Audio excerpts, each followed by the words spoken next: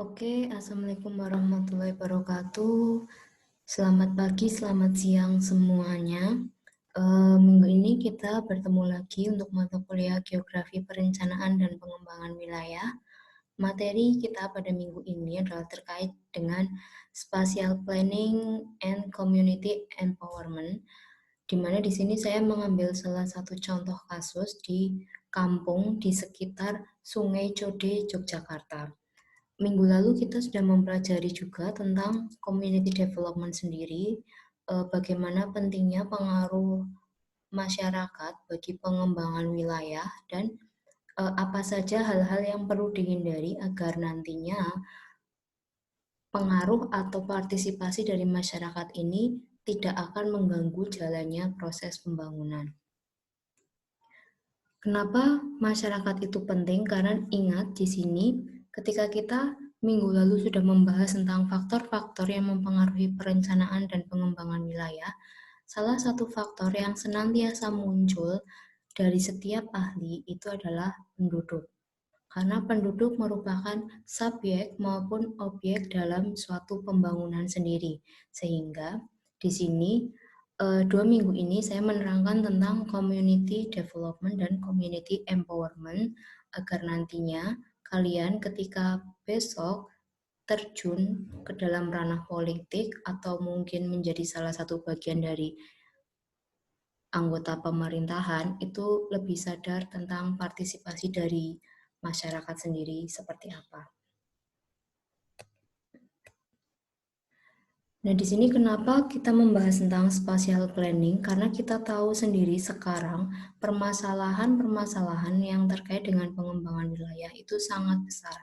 Salah satunya adalah terkait dengan urbanisasi, yaitu perpindahan penduduk dari suatu wilayah yang memiliki penghasilan kecil ke wilayah yang lain yang memiliki penghasilan lebih besar. Nah, tujuan dari urbanisasi ini sendiri pasti akan terkait dengan perekonomian masyarakat. Namun, adanya kegiatan urbanisasi itu ternyata memberikan banyak sekali permasalahan-permasalahan pada perkotaan sendiri. Pada Mei 2007, dunia menjadi lebih urban. Lebih dari 50% populasi dunia tinggal di kota. Padahal kita tahu sendiri, dalam suatu wilayah ada yang namanya daerah urban, daerah hinterland, dan juga ada daerah desa juga. Nah, masing-masing wilayah ini itu memiliki perannya masing-masing. Ketika banyak masyarakat itu justru lebih banyak berada di daerah kota, maka daerah-daerah penyokong maupun daerah perdesaan itu nanti akan sulit memperoleh sumber daya manusia, sehingga pengembangan di wilayah-wilayah tersebut akan semakin susah. Pada tahun 1950, hanya ada 732 juta orang yang tinggal di kota, dan sekarang ada setidaknya 3,1 miliar orang yang tinggal di daerah kota. Dalam jangka waktu sekitar 60 tahun, meningkatnya sangat drastis, bahkan dimungkinkan sekarang ini jumlahnya lebih dari 3,1 miliar, karena ini merupakan data yang saya dapatkan pada tahun 2018 akhir. Di Asia dan Afrika, populasi perkotaan akan menjadi 2 kali lipat pada tahun 2030, yaitu sebesar 3,4 miliar. Jadi dimungkinkan nanti pada tahun 2030, itu lebih banyak sumber daya manusia yang berada di daerah perkotaan melebihi jumlah yang ada sekarang. Bisa Anda bayangkan ketika jumlah penduduk di daerah perkotaan itu sangat besar, apa yang akan terjadi dengan daerah perkotaannya? Ya, betul. Jadi nanti akan menimbulkan banyak sekali permasalahan, baik itu kriminalitas ataupun bencana-bencana. Jadi di sini perlu menjadi perhatian bahwa adanya urbanisasi itu belum tentu akan memberikan dampak positif terus-menerus. Pada 2010, Indonesia sudah menjadi negara urban karena lebih dari 50% populasinya sudah tinggal di daerah perkotaan. Hal ini dipicu karena banyaknya lowongan pekerjaan yang memang berada di daerah kota sehingga sumber daya manusia yang awalnya berada di daerah pedesaan akhirnya melakukan urbanisasi ke daerah perkotaan untuk mendapatkan pekerjaan yang lebih baik agar nantinya perekonomiannya juga akan lebih baik. Salah satu daerah yang menjadi banyak tujuan dari masyarakat Indonesia sendiri adalah daerah Jawa, khususnya adalah DKI Jakarta. Sekarang saudara lihat kondisi Jakarta seperti apa. Banyak sekali bencana yang terjadi di sana. Akibatnya apa? Karena di daerah Jakarta itu sebenarnya sudah tidak mampu untuk menampung semua masyarakat yang ada di wilayah itu. Semakin tahun banyak sekali masyarakat baru yang masuk ke daerah Jakarta sendiri. Pada akhirnya menimbulkan ketidakseimbangan ekosistem, di mana ketidakseimbangan ekosistem akan memicu adanya atau lemahnya daya dukung lingkungan. Sehingga kita tahu sendiri banyak sekali terjadi bencana seperti banjir, mungkin erosi, dan lain sebagainya. Hal-hal itu salah satu contoh dari adanya peningkatan urbanisasi yang tidak dapat dikendalikan. Pada tahun 2019, terdapat 17 kota dengan populasi lebih dari 1 juta orang di Indonesia, antara lain Kota Jakarta Timur, Surabaya, Medan, Bekasi, Bandung, Jakarta Barat, Jakarta Selatan, Makassar, Jakarta Utara, Depok, Semarang, Tangerang, Palembang, Tangerang Selatan, Bandar Lampung, Jakarta Pusat, dan Batam. Ke-17 kota ini mengalami peningkatan jumlah populasi yang sangat signifikan. Pada tahun 2010, masih diproyeksikan bahwa hanya akan terdapat 10 kota dengan populasi lebih dari 1 juta orang pada tahun 2018. Namun kenyataannya pada tahun 2019 sendiri, di sini sudah terdapat 17 kota dengan populasi lebih dari 1 juta orang. Nah, melihat permasalahan ini, maka kita bisa mengambil kesimpulan bahwa minat dari masyarakat untuk melakukan kegiatan urbanisasi sendiri itu sangat tinggi. Namun, tingginya minat masyarakat tersebut tidak diimbangi dengan adanya sarana prasarana yang memadai ataupun kebijakan-kebijakan yang memadai sehingga menimbulkan banyak sekali permasalahan di daerah perkotaan. Saya ambilkan contoh saja permasalahan yang mungkin terjadi di daerah perkotaan adalah adanya slum area atau pemukiman kumuh. Banyak masyarakat yang melakukan urbanisasi pada akhirnya karena mereka tidak memiliki modal yang mencukupi, mereka akhirnya bertempat tinggal di daerah atau di wilayah yang memang seadanya, dan di situ sarana prasarannya sangat kurang, sehingga terjadilah yang namanya slum area, di mana slum area ini akan mengakibatkan banyak sekali permasalahan, baik dari segi pendidikan, perekonomian, maupun kesehatan sendiri. Nah, di sini ini gambaran saja seberapa banyak penduduk dunia yang telah melakukan urbanisasi. Nah, di sini ada grafik yang saya dapatkan dari World Urbanization Prospect. Di sini ada tingkat urbanisasi yang dilakukan oleh negara-negara. Kita di sini diklasifikasikan berdasarkan wilayah geografisnya sendiri. Ada Afrika, Eropa, Amerika Utara, Asia, Amerika Latin, dan Oceania. Nah, jika kita melihat sendiri di sini, pergerakan daerah Asia, karena kita sekarang berada di daerah Asia ya, jadi coba lihat garis berwarna hijau ini yang menunjukkan daerah Asia. Pada tahun 1970 mengalami penurunan orang-orang yang melakukan urbanisasi, namun meningkat sangat drastis melebihi kondisi awal di tahun 1960-an. Itu meningkat sangat drastis pada tahun 1980-an, sehingga jumlah populasi masyarakat di perkotaan sendiri itu memang sangat besar sampai sekarang. Jadi dari grafik ini kita tahu, oh ternyata di daerah Asia itu sempat terjadi pelonjakan urbanisasi pada tahun sekitar 1965 sampai 1985.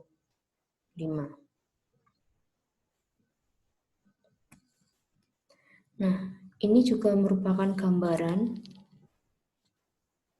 gambaran dari persentase jumlah populasi yang bertempat tinggal di daerah perkotaan dari semua wilayah yang ada di dunia. Sumbernya juga dari World Urbanization Prospect. Di sini kita dapat melihat lingkaran-lingkaran ini menunjukkan besaran dari jumlah populasinya. Pada tahun 1950, di sini kira-kira saudara melihat bagian negara mana yang memiliki populasi terbanyak.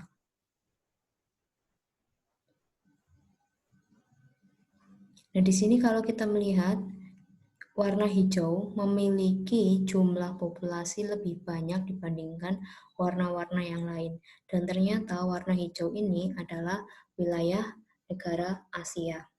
Pada tahun 2018 pun ternyata Asia itu memiliki persentase populasi yang bertempat tinggal di daerah perkotaan sangat besar dibandingkan wilayah-wilayah yang lain.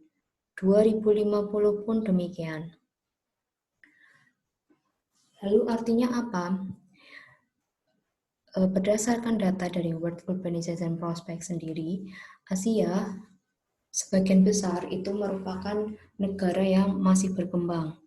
Di mana negara-negara yang masih berkembang ini itu banyak melakukan pemusatan kegiatan itu di daerah perkotaan, belum menyebar sampai ke daerah perdesaannya. Sehingga banyak masyarakat desa yang akhirnya melakukan perpindahan ke daerah perkotaan karena memang daerah perkotaan memiliki sarana prasarana yang lebih memadai dibandingkan dengan daerah perdesaan. Oleh karena itu, perlu adanya kebijakan dari pemerintah bagaimana cara agar antara perkotaan dan pedesaan itu memiliki pengembangan atau pembangunan yang seimbang agar nantinya dapat menekan tingkat urbanisasi yang ada di wilayah tersebut. Nah, di sini saya ambilkan data dari Robert N. Kennelly tahun 2006 yang didapatkan dari World Population Prospect juga. Nah, di sini terdapat tingkat urbanisasi yang akan terjadi di Indonesia. Perhatikan diagramnya. Warna merah merupakan penduduk pedesaan, warna biru merupakan penduduk perkotaan. Di mana garis warna merah ini menunjukkan persentase urbanisasi.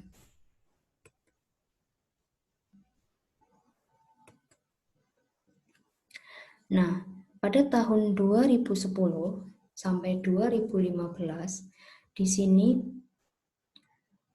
tingkat urbanisasinya itu sudah melebihi dari 50%.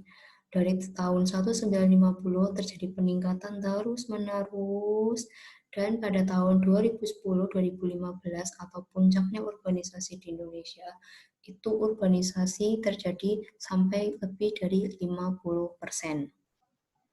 Nah, meningkatnya jumlah masyarakat yang melakukan urbanisasi ini pada akhirnya itu menunjukkan bahwa urbanisasi merupakan sesuatu yang tidak dapat dihindarkan.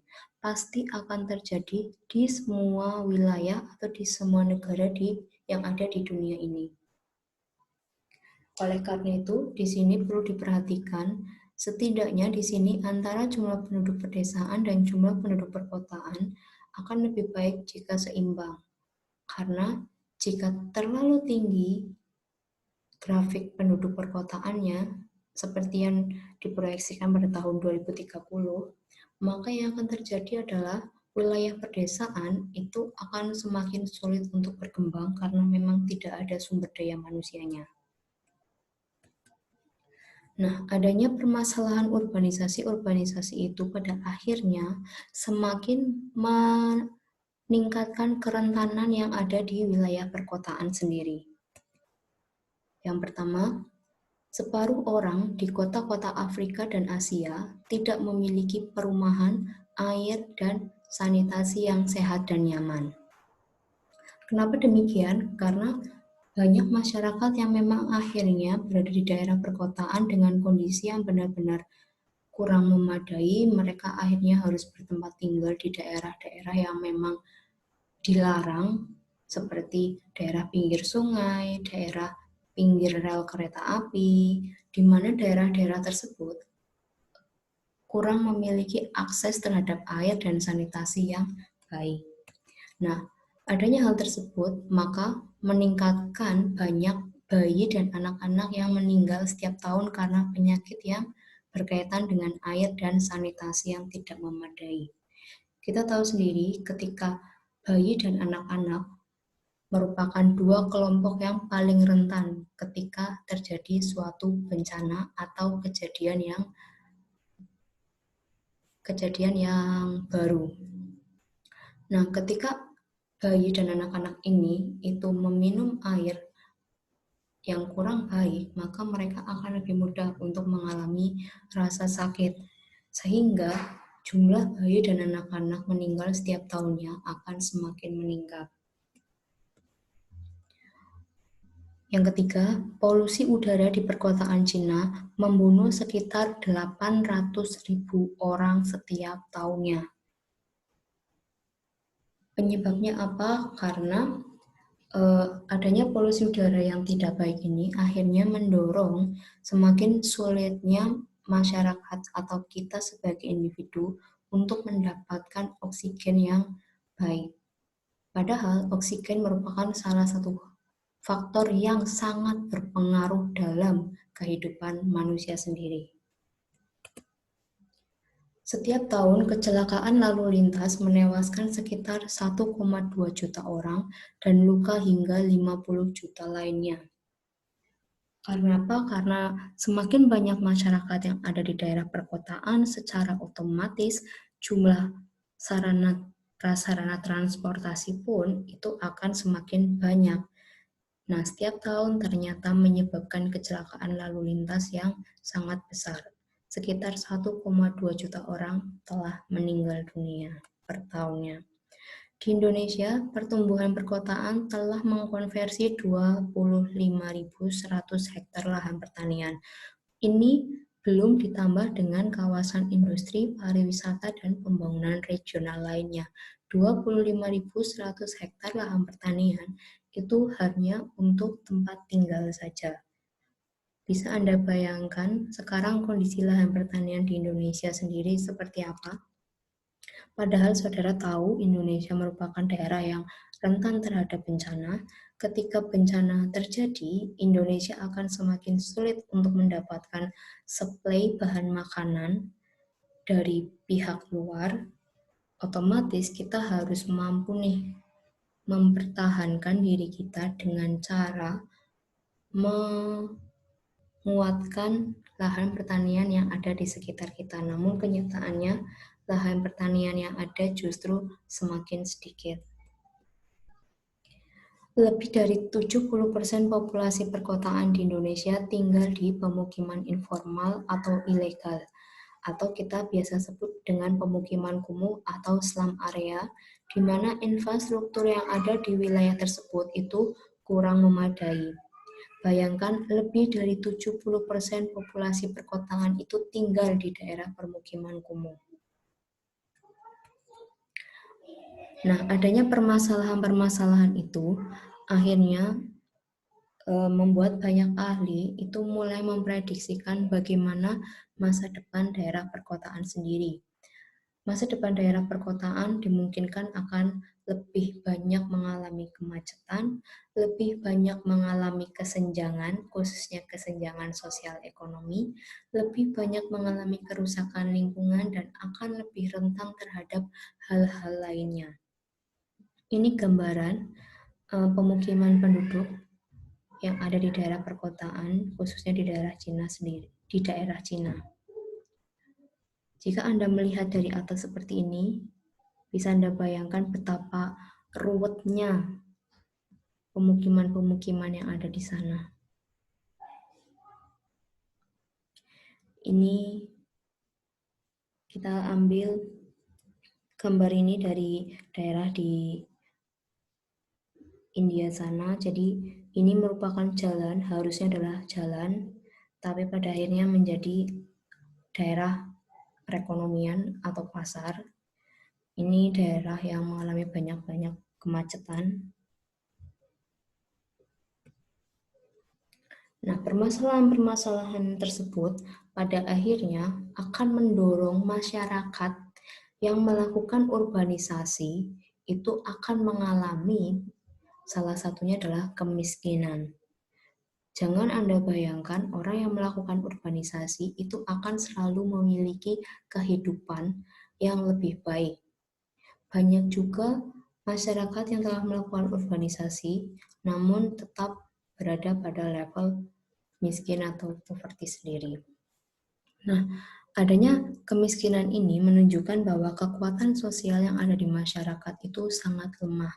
Kemiskinan itu akan berkaitan dengan social network dan social organization. Bagaimana jejaring sosial yang akan dilakukan oleh masyarakat dan bagaimana organisasi sosial dalam menghadapi hal tersebut. Masyarakat-masyarakat miskin itu akan sulit untuk melakukan jejaring. Kenapa? Karena mereka memiliki keterbatasan-keterbatasan. Selain itu, mereka juga akan sulit tergabung dalam organisasi-organisasi sosial yang memang mampu mendukung mereka. Oleh karena itu, di sini pemerintah itu harus turun tangan dalam mengatasi hal tersebut. Salah satunya dengan menyediakan adanya informasi yang memadai, memberikan kelebihan waktu, menyediakan banyak lowongan pekerjaan, meningkatkan pengetahuan dan kemampuan, mempertahankan ruang-ruang yang dapat dijadikan sebagai daerah tempat tinggal, meningkatkan sumber keuangan bagi masyarakat. Keenam langkah yang harus dilakukan oleh pemerintah ini diharapkan nantinya akan mampu mempengaruhi tingkat kemiskinan yang ada di masyarakat sendiri, khususnya yang ada di daerah perkotaan. Nah, adanya permasalahan-permasalahan yang ada di perkotaan tadi, di mana pada akhirnya masyarakat yang berada di daerah perkotaan itu berada atau bertempat tinggal di daerah yang memang ilegal atau memiliki kondisi sarana prasarana yang kurang memadai. Nah, oleh karena itu, di sini ada salah satu fenomena yang menarik, yaitu fenomena kampung. Saudara juga pasti tahu kampung, di mana fenomena kampung itu akan lebih mudah diterima oleh masyarakat. Pengembangan kampung pun itu akan lebih mudah diikuti oleh masyarakat.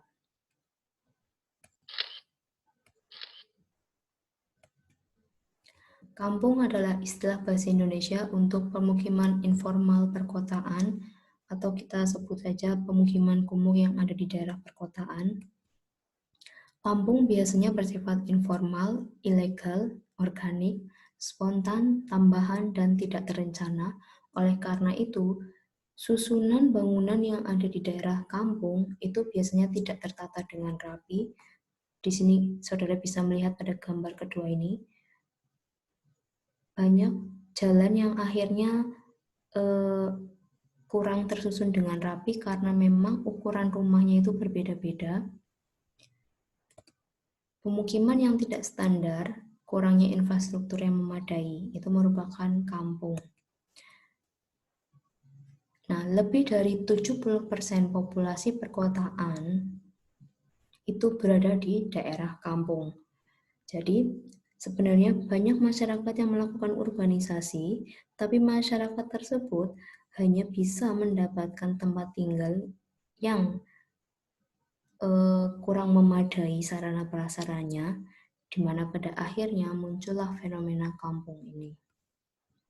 Nah, di sini saya akan mencoba menjelaskan fenomena kampung yang ada di sekitar Sungai Code, Yogyakarta.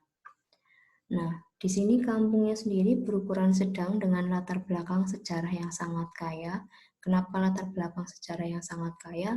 Karena masyarakat yang ada di sekitaran Sungai Code itu sebenarnya sudah bertempat tinggal lama di situ, di mana yang berada di daerah pinggiran Sungai Code sendiri itu tidak hanya masyarakat yang kurang mampu. Terdapat juga beberapa masyarakat yang mampu, tapi mereka lebih menyukai tinggal di daerah pinggiran sungai tersebut. Jadi di sini latar belakangnya itu sangat bermacam-macam. Kampung di sekitar Sungai Code dianggap sebagai kota budaya, pusat pendidikan, dan tujuan wisata kedua di Indonesia. Dalam kampung ini terdapat dualisme urban yang unik di Indonesia. Kenapa dualisme urban yang unik? Karena ketika masyarakat yang ada di sekitar Sungai Code ini melakukan perjalanan tidak sampai 30 menit, bahkan tidak sampai 15 menit, itu mereka sudah berada di daerah perkotaan yang benar-benar maju. Tapi ketika mereka balik lagi ke daerah asalnya, itu mereka berada di daerah yang kita bisa sebut kurang semaju daerah perkotaan. Jadi di sini terdapat dualisme urban. Sebagian besar penduduk kota tinggal di kampung. Kenapa hal tersebut dapat terjadi? Karena harga sewa untuk tempat tinggal yang ada di daerah perkotaan itu sangat tinggi, sehingga menyebabkan penduduk-penduduk ini mencari alternatif lain agar mereka mampu mendapatkan tempat tinggal yang dengan harga yang lebih murah. Nah, di sini ini salah satu contoh jalan-jalan yang ada di daerah kampung di sekitaran Sungai Code sendiri. Di sini saudara bisa melihat bagaimana kondisi jalannya dan bagaimana tatanan dari rumah-rumahnya sendiri. Benar-benar tidak direncanakan, benar-benar bersifat spontan, sehingga mengakibatkan kondisi sarana prasarananya pun itu kurang memadai. Nah, dalam fenomena kampung ini terdapat modal sosial atau social capital yang sangat penting, yaitu rukun dan gotong royong. Jadi, masyarakat, meskipun mereka berada di daerah perkotaan, namun mereka itu masih memiliki sifat rukun dan gotong royong, di mana sifat rukun dan gotong royong ini itu sangat jarang terjadi pada masyarakat perkotaan di negara-negara lain. Di Cina, di Jepang, di Afrika, di India, semuanya ketika ada masyarakat yang melakukan urbanisasi ke daerah perkotaan, maka mereka akan memiliki sifat yaitu individualis. Tapi ketika kita melihat fenomena yang ada di Indonesia, yaitu fenomena kampung, justru dari fenomena kampung ini akan mengakibatkan adanya modal sosial rukun dan gotong royong. Di sini kampung itu dianggap sebagai ruang pemberdayaan dari masyarakat sendiri. Kampung menyediakan lingkungan yang kondusif bagi migran-migran baru yang datang dari daerah pedesaan. Jadi banyak sekali migran-migran yang baru masuk ke daerah perkotaan pada akhirnya akan bertempat tinggal di daerah kampung. Karena kalau mereka bertempat tinggal di daerah perkotaan, biaya sewanya akan sangat tinggi. Oleh karena itu, di sini kampung berfungsi sebagai tempat bersarang bagi migran-migran baru. Kampung menyediakan ruang untuk interaksi sosial yang dinamis di antara berbagai penghuni kota. Jadi meskipun kita seringkali melihat beberapa indikator atau mungkin contoh-contoh dari adanya kegiatan atau perilaku masyarakat yang ada di daerah perkotaan biasanya itu adalah egois, individualis. Mereka tidak memperhatikan orang-orang yang ada di sekitarnya. Tapi di sini kampung itu akan menyediakan ruang untuk interaksi sosial yang sangat dinamis. Mereka akan membawa budaya-budaya yang ada di desa diaplikasikan di kampungnya. Kampung memiliki modal sosial yang sangat kuat, di mana modal sosial ini itu sangat diperlukan pada saat melakukan proses pembangunan wilayah. Semakin kuat modal sosial yang dimiliki, maka masyarakat akan lebih mudah untuk melakukan partisipasi dalam kegiatan pembangunan. Nah, ini salah satu beberapa gambaran yang ada di daerah kampung. Aktivitas pada siang hari, aktivitas pada malam hari. Jadi kapanpun waktunya, masyarakat itu akan senantiasa melakukan interaksi terus-menerus. Di mana adanya interaksi ini akan mendorong munculnya rasa rukun dan gotong royong. Kampung menyediakan lingkungan yang memungkinkan untuk mengembangkan dan memperkuat modal sosial. Nah, ini gambaran-gambaran dari kampung yang ada di sekitaran Sungai Jode. Jadi masyarakatnya itu meskipun mereka bertempat tinggal dengan kondisi sarana prasarana yang kurang memadai, mereka mampu melakukan interaksi sosial yang sangat dinamis sehingga terwujud rasa aman, nyaman, rukun, damai, seperti halnya yang dirasakan pada masyarakat-masyarakat pedesaan.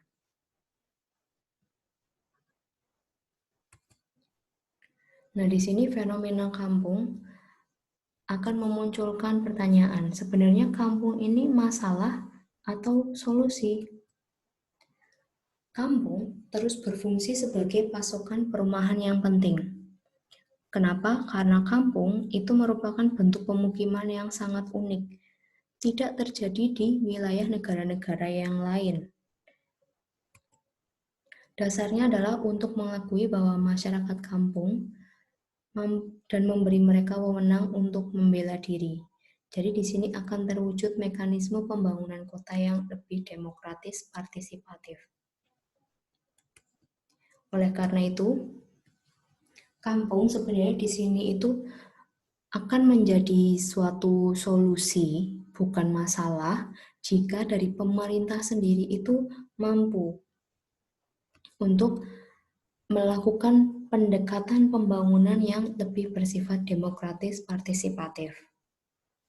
Jadi jangan selalu memperhatikan masyarakat-masyarakat yang ada di daerah perkotaan, karena sebenarnya populasi masyarakat yang melakukan urbanisasi sendiri itu lebih banyak di daerah kampung. Di daerah kampung, tadi saya juga sudah menjelaskan, akan muncul sifat gotong royong, di mana melalui gotong royong ini, orang-orang di kampung akan menghadapi tekanan ekonomi dan fisik. Namun, dengan adanya gotong royong, tekanan ekonomi dan fisik ini bisa diminimalisir. Mereka mampu menghadapi tekanan ekonomi dan fisik secara bersama-sama, menyelesaikan permasalahannya pun secara bersama-sama. CBO atau kita sebut di Indonesia RT RW harus mampu mempertahankan solidaritas sosial di antara penduduk kampung. Kenapa? Ketika RW RT itu tidak mampu mempertahankan solidaritas sosial di antara penduduknya, maka yang akan terjadi itu merupakan suatu permasalahan baru. Karena pada akhirnya masyarakat akan saling bertikai, akan terjadi banyak kriminalitas.